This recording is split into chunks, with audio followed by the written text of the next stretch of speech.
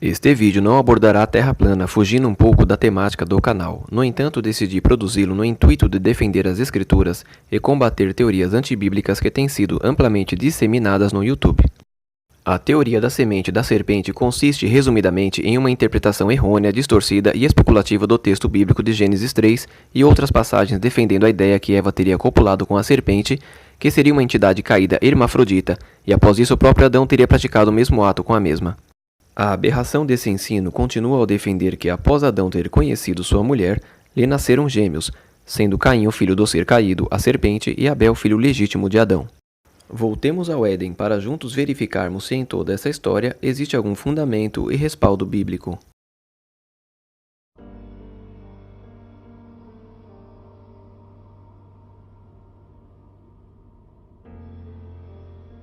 Uma história verídica.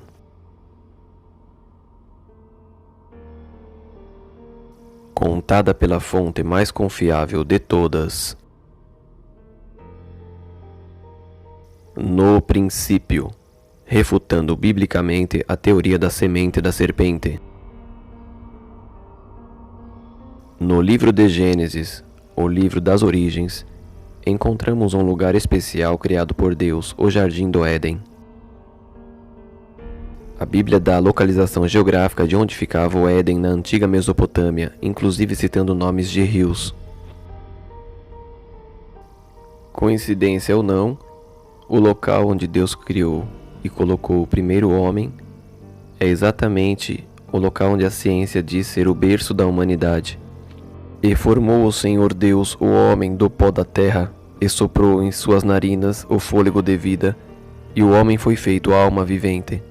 E Deus teve que ensinar todas as coisas para aquele homem, feito à sua imagem e semelhança, e assim o homem passou a entender e a desfrutar da perfeição da criação de Deus, vivendo em plena harmonia com a natureza. Porém, desde o princípio, o Senhor estabeleceu limites para o homem. Ordenou o Senhor Deus ao homem, dizendo: de toda árvore do jardim podes comer livremente, mas da árvore do conhecimento do bem e do mal, dessa não comerás, porque no dia em que dela comeres, certamente morrerás. E Deus sujeitou ao homem toda a criação, e ele tinha domínio sobre todos os animais. No entanto, ele ainda se encontrava só, e o Senhor Deus viu que não era bom para o homem ficar assim. Então o Senhor Deus fez Adão cair num profundo sono, deixando-o anestesiado. E tomando uma de suas costelas, fez a mulher. Então disse o homem: esta é agora osso dos meus ossos e carne da minha carne. Ela será chamada varoa, porquanto do varão foi tomada. Agora Adão tinha uma companheira, a qual Deus lhe tinha preparado, e passou a ensiná-la todas as coisas as quais tinha aprendido do próprio Senhor.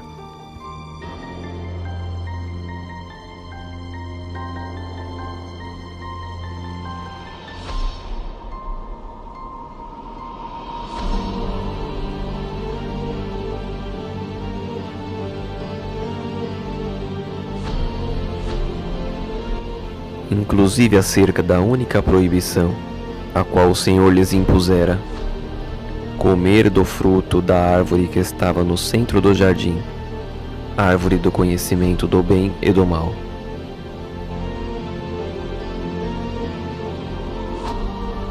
E andavam Adão e sua mulher nus, e não se envergonhavam, e estavam sempre na presença do Senhor, que os visitava na viração do dia.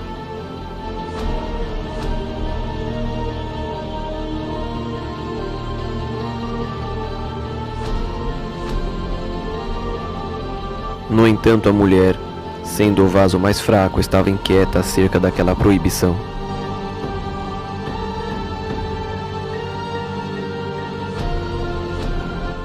A árvore do conhecimento do bem e do mal foi um teste simples aplicado por Deus, usando coisas que eles estavam acostumados, como árvore e fruto, e num momento oportuno em que a mulher estava só próxima à árvore, que Satanás entra em cena.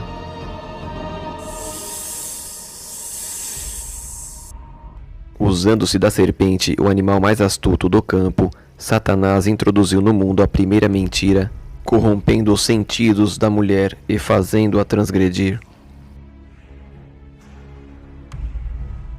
Então, vendo a mulher que aquela árvore era boa para se comer e agradável aos olhos e árvore desejável para dar entendimento, tomou do seu fruto, comeu e deu a seu marido, e ele também comeu com ela.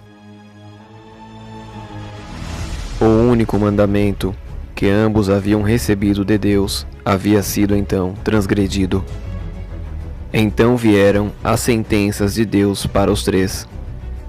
Então o Senhor Deus disse à serpente: porquanto fizeste isso, maldita serás tu dentre todos os animais domésticos e dentre todos os animais do campo. Sobre o teu ventre andarás, e pó comerás todos os dias da tua vida. Por inimizade entre ti e a mulher, e entre a tua descendência e a sua descendência. Esta te ferirá a cabeça, e tu lhe ferirás o calcanhar.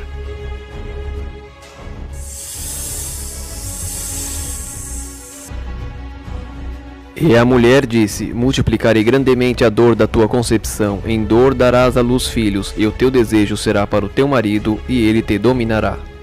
E ao homem disse: porquanto deste ouvidos à voz da tua mulher, e comeste da árvore de que te ordenei, dizendo: não comerás dela, maldita é a terra por tua causa, em fadiga comerás dela todos os dias da tua vida. Ela te produzirá espinhos e cardos, e comerás das ervas do campo. Do suor do teu rosto comerás o teu pão, até que tornes a terra, porque dela foste tomado, porquanto és pó, e ao pó tornarás. Após terem pecado, Adão e Eva foram expulsos do Éden. E Adão conheceu a Eva, e ela gerou a Caim, o seu primeiro filho. Em seguida gerou Abel. A Bíblia não diz se eram gêmeos ou não.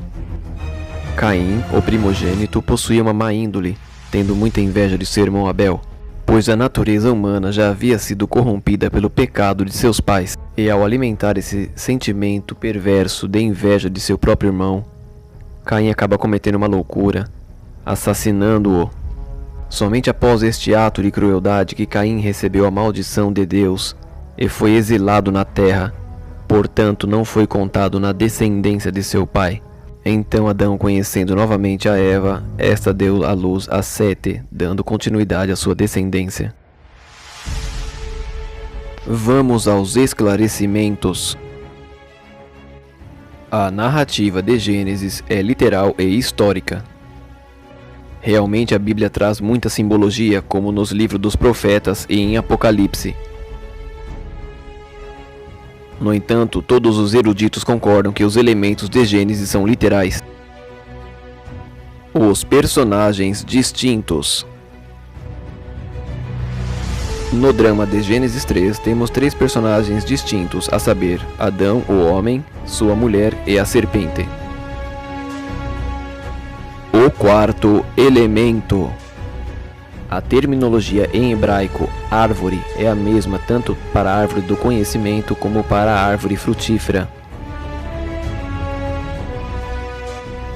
Serpente versus árvore. Em nenhum momento a passagem de Gênesis mistura a serpente com a árvore do conhecimento como se fossem um só elemento. Animais falantes. Os defensores dessa teoria não aceitam que Satanás pode ter falado na boca da serpente, assim como Deus falou na boca da jumenta.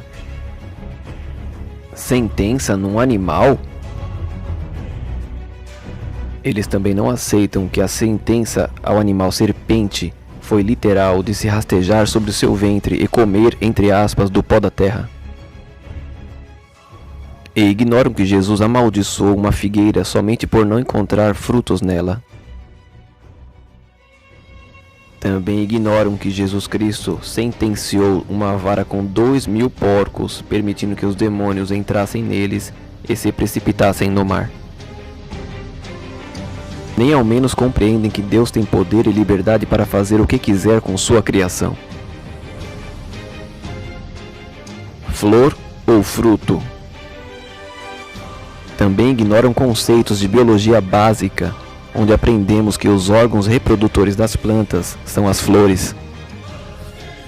O processo de polinização das plantas se dá através de insetos, pássaros e até mesmo pelo vento.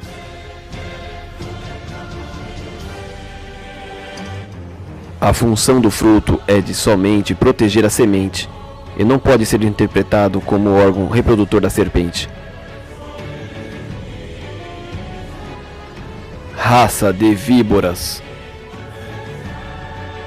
Raça de víboras! Quem lhes deu a ideia de fugir da ira que se aproxima? Serpentes! Confio de víboras! Assim como Jesus chamou os fariseus e os religiosos de víboras, chamou Herodes de raposa, chamou a mulher cananeia de cachorrinha. E nós bem sabemos que nenhum deles eram descendentes de animais.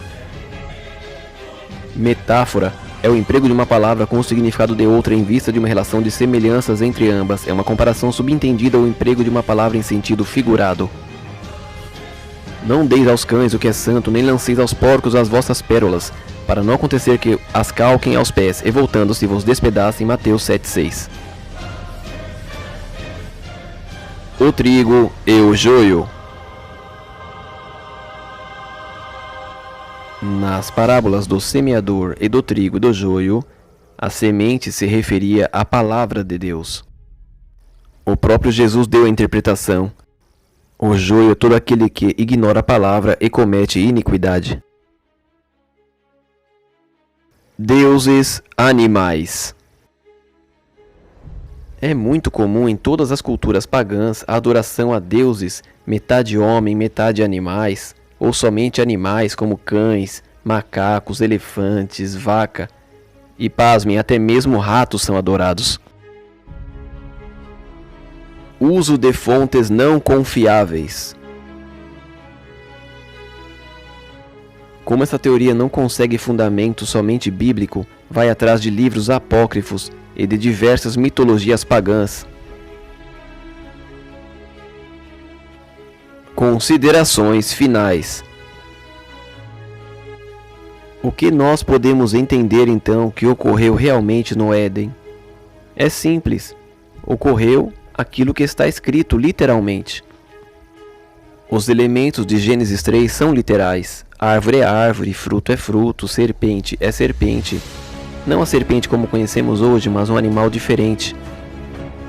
Satanás estava na terra, estava no jardim, e usou desse animal para enganar a Eva.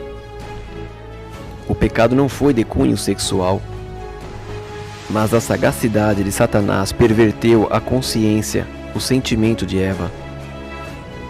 Pois o campo de batalha de Satanás é a mente do homem. A contaminação não veio pelo fruto, mas sim pelo ato de transgressão. Em Gênesis capítulo 4, o texto é bem claro, que Caim nasceu após Adão conhecer a Eva. Se você tiver que optar entre a literalidade do texto bíblico e especulações totalmente antibíblicas, sugiro que fique sempre com a primeira opção. E que Deus nos guarde de termos nossos sentidos pervertidos, como Eva teve. E não só desviarão os ouvidos da verdade, mas se voltarão às fábulas. 2 Timóteo 4:4.